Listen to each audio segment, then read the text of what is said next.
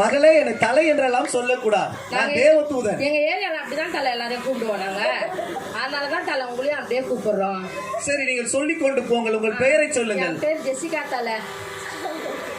நல்லா நல்லா பாருங்க தலை, அந்த முன்னாடி பின்னாடி சைடுல நடுவுல எல்லாவற்றையும் பார்த்துக்கிட்டேன். நல்லா பாருங்க தலை. உங்கள் பெயர் இல்லையாம்மா? இருக்கும் தலை. நீங்க நல்லா கண்ணாடி வேணா தரவா தலை? என் கண்ணாடி எங்கேயோ மறந்து வைத்து விட்டேன். பரலோகத்துல வைத்து விட்டு வந்துட்டேன். ஏன் தலை? உன் பேர் இருக்காதுமா. ஏன் தலை? ஏன் தெரியுமா? நீ எப்படி உன்னுடைய உடை இருக்கிறது? நல்லாதான் இருக்குது. இவள் மாயக்காரியா இருக்கிறாள். நல்லாதான் இருக்குது தலை. நீ பாரு, நான் எவ்வளவு டீசென்ட்டா வந்து. கண்ணை காணமாமா. கண்ணு புள்ளா மையே, வாயு புள்ளா பொய், வீட்டு புள்ளா நெய்.